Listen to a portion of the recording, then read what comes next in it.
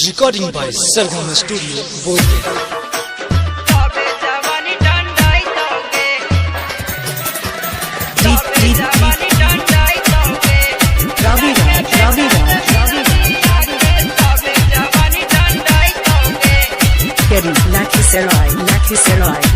सोलह के बाटे तोर जवानी खूबे तूफान मचाई तो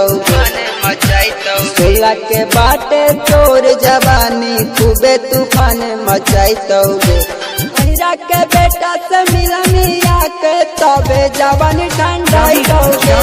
मेरा के बेटा से मिला मिया के तबे जवानी ठंडाई तो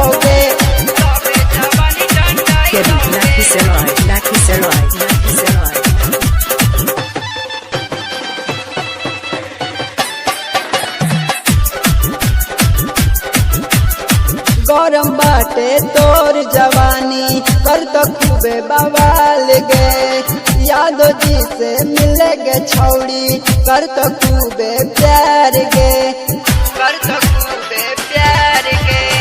गौरम बाटे तोर जवानी कर तो खूबे बवाल गे यादो जी से मिले गे छौड़ी कर तो खूबे प्यार गे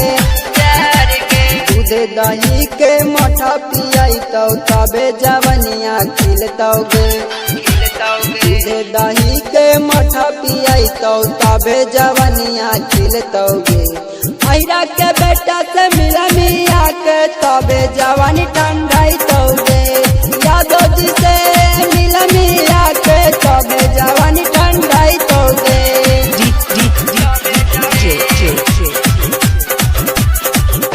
Lakhisaray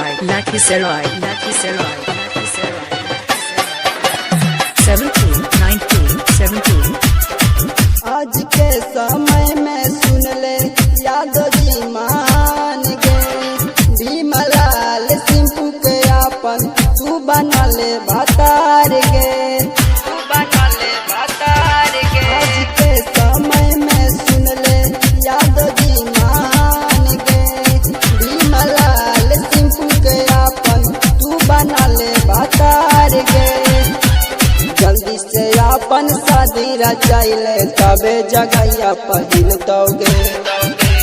जल्दी से अपन शादी रचाइले तबे जगैया पहिल तोगे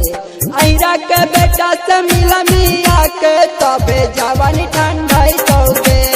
ऐरा के बेटा से मिला मिया के तबे जवानी ठंडाई तोगे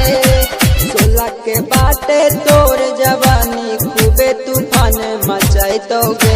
सोलह के बाटे तोर जवानी खूबे तूफान मचाई तोगे